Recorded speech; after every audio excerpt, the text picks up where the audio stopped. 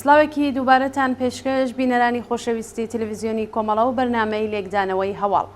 بەندکراوێکی خەڵکی مەهاباد بە ناوی پەیمان گەڵوانی پاش 14 ڕۆژ ئەشکەنجە لا گرتوخانەی ئیسلاحاتی ورمێ ڕۆژی یەکشەمە 18 پوشبەر لە نەخۆشخانەی خومێنی گیانی بەخت کرد. پەیمان گەڵوانی تەمەن 24 ساڵ و دانیشتووی شاری مەهاباد 7 مانگەوە پێش هاوسەرگیری کردبوو، بەڵام ڕۆژی 4 پوشبەر بە شێوەی درەنجانە لەلایەن ناوەندە ئەمنیەتیەکانەوە دەست بەسەر و بۆ گرتوخانەی ئیسلاحاتی ورمێ گوازرایەوە. ناوبراو لە ماوەی 14 ڕۆژ بەندکرانیدا بە سەختی ئەشکەنجە و ئازاردرا. ڕۆژی 14 پوشبەر بەهۆی تێکچوونی باری تەندروستی بۆ نەخۆشخانەی خومێنی گوازرایەوە و ڕۆژی 18 پوشبەر ئیدارەی ئیطلاعات بە بنەماڵەکەیان ڕاگەیان کە پەیمان بەهۆی بەربوونەوە لە بەرزایی گیانی لەدەستاوە. ئێمە بۆ باسی زیاتر لەسەر ئەم ڕووداوە و ڕووداوەکانی دوێنێ شەو لە شاری مەهاباد داواماکووە لە هاوڕێ بێهروز ناسری ئەندامی کومیتەی ناوەندی کۆمەڵەکە لەم لێکدانەوەی بەشدار بێت و دوایین ڕووداوەکانمان بۆ باس بکە. هاوڕێ بێهروزم کاتت باش و زۆر بەخێر بی بۆم بەرنامەیە. کاتت باش هاوڕێ گوڵناس، سلااوم هەیە بۆ بینەرانی تەلەڤیزیۆنی کۆمەڵە. زۆر سپاس. زۆر سپاس کە هاوڕێ بێهروز بەخێر بێ. هاوڕێ بێهروز وەکەوەی کە لە پێشەکیەکە باسم کرد دوایین ڕووداوەکان و دوایین هەواڵەکان لە شاری مەهاباد چین؟ هەروەکی لە خەبەرەکاندا باس کردرا بەڕێز پەیمانی گوڵوانی کە تقریبا 2 هەفتە لەوە پێش دەیگرن حملە دەکەنە ماڵیان و هەتا بەبێەوەی کە حکمی قەزاییشان پێبێ نیرۆهای ئەمنیەتی دەیگرن و دەگەڵ خۆیان دەیبن و لە توولی ئەو 1-2 هەفتەیەدا دەیخەنە ژێر شکنجەیەکی زۆر و دواتریش بە دەلیلی وەخامەتی وەزعی جسمی منتەقلی دەکەن بۆ بیمارستان و لە بیمارستانش بەرحاڵ وەچی خەبەرگوزارەکان باسی دەکەن 20 دقەیەک خانەوادەی توانیوێتی لەو فاصلەیەدا بیبینێ وەختێک خەبەریان پێداوە بە بەدەنێکی کەبوودەوە و شین هەڵگەڕاوە کە دیار بوو کە شکنجە زۆر کردراوە و هەروەها بە دەست و لاق زنجیر کردراوە لە خودی بیمارستانەوە. بە هەر حاڵ لەژێر بە دەلیلی شکنجەی زۆر تااقەت نایەنێەوە دەمرێ، پەیمانی گیان لەدەست دەدا. هێزە ئەمنیەتەکان بە خانەوادەکەی ئەو فشاریان بۆ دێنن کە مەسلەکە مەسکوت بێڵنەوە باسی نەکەن و دەعینی حاڵیشدا بە بێدانگ بچین بینێش.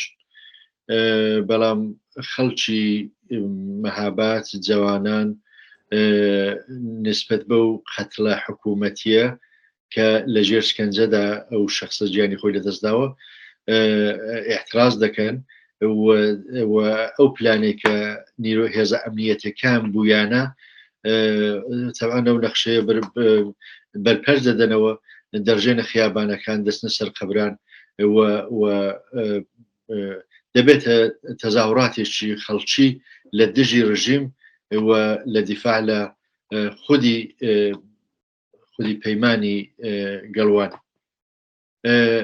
تا دوێنێ تەزاوڕات و نائارامی لە نێو شاردا بوو لە ئینعیکاس عەلەیهی ئەو قەتڵە حکوومەتیە کە بوو و فەزای شار تا ئەو جگای کە بزانم نائارام بوو.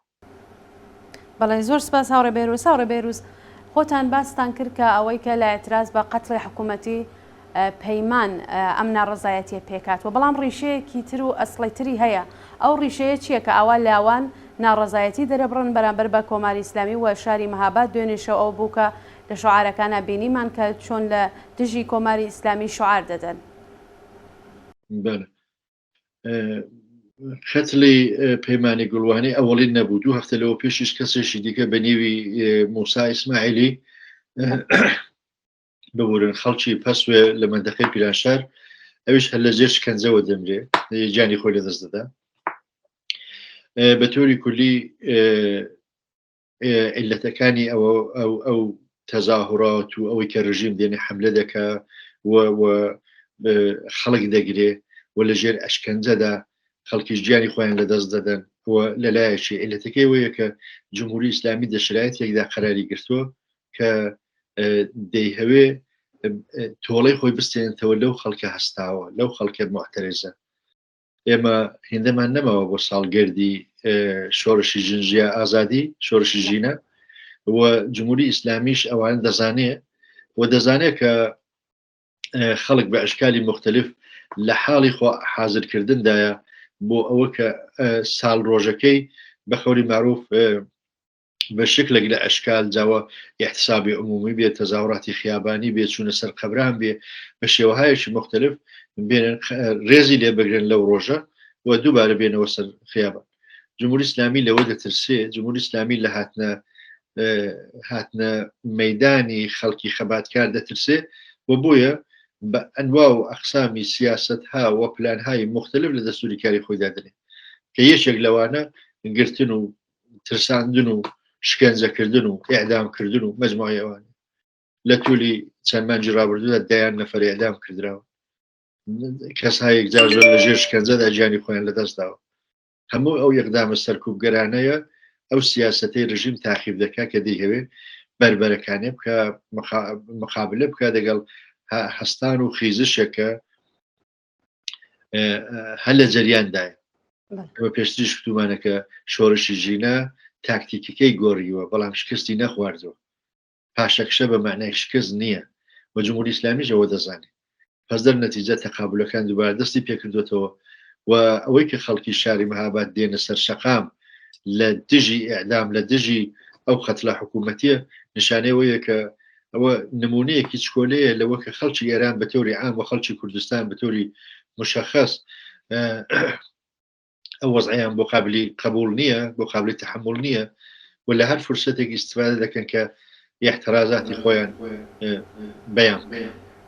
بەڵێ زۆر سپاس هاوڕێ بێروز. هاوڕێ بێروز ئایا کۆماری ئیسلامی دەتوانێت بە سەرکوب و بە ئەشکەنجە و بە گیانبەخکردنی ئاوار لاوان لە ژێر ئەشکەنجەدا دەنگی ناڕەزایەتی خەڵک و شۆڕشی ژیناکە بکات؟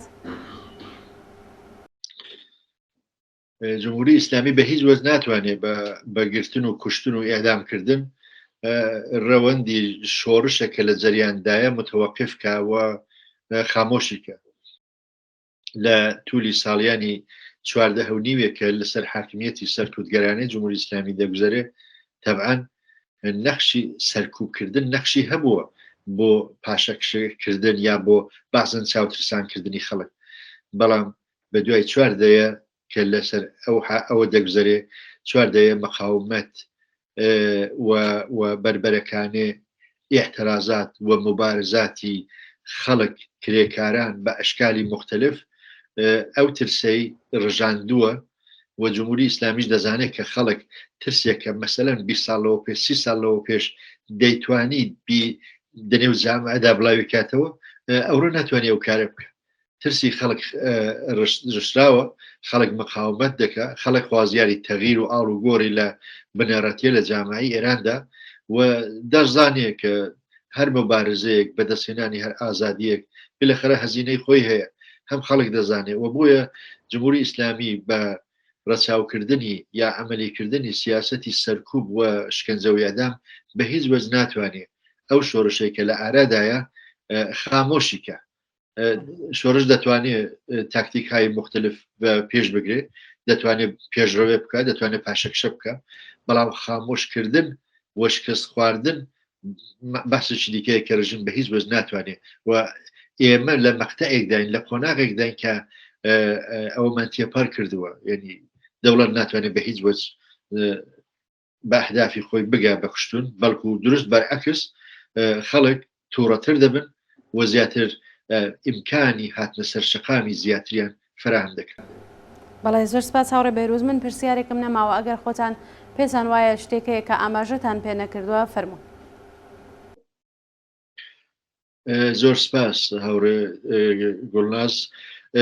مەسائلی موردی باسێکجار زۆرە وەزعیەتی جمهوری ئیسلامی لە چه شرایەتێکدایە وەزعیەتی شۆڕشی ژیان ئازادی لە چه شرایەتێکدایە ئێمە وردە وردە بەرەو ساڵگەردی شۆڕشی ژینان نزیکتر دەبینەوە و هەر بۆیەش هەموو هەوڵی خۆ تەخەلا دەدەن ڕژیم سایە دەکا بە لە پێشگرتنی سیاست های سەرکوبگەرانە خەڵک نێنە سەر خیابان و خەڵک و فعالین و گروههای کۆمەڵایەتی مختلفیش تێدەکۆشن کە ئەو ڕۆژە ڕێز لێ بگرن بەس دەرنەتیجە قسەیە کە دەکردێ دەمهوێ بیکەمەوێژەوەیە کە هەمومان هەم لە نێو ئێرانەوە هەم لە دەرەوەی وڵاتەوە هەمان هەیە خۆمان ئامادەکەین بۆ ڕێزگرتن لە ساڵگەردی شۆڕشی ژینە کە هندی نەماوە بەرەو پیری دەچین و بتوانین خەڵک بەهێزی هەتا متحدی خۆیان هەتا متحدتر بن جمهوری ئیسلامی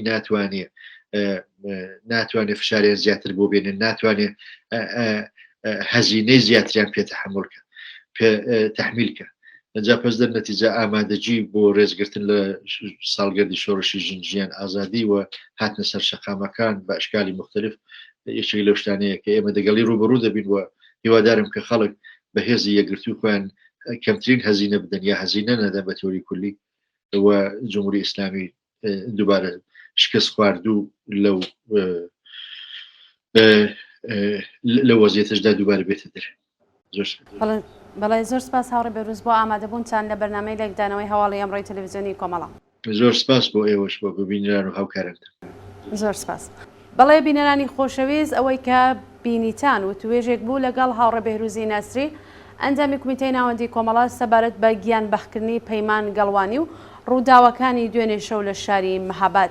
ئێمە وێڕای مەحکومکردنی جنایەتەکانی کۆماری ئیسلامی و قەتڵی حکوومەتی پەیمان گەڵوانی سەرخۆشیەکەین لە بنەماڵی پەیمان و هەروەها خەڵکی تێکۆشەری شاری مەهاباد.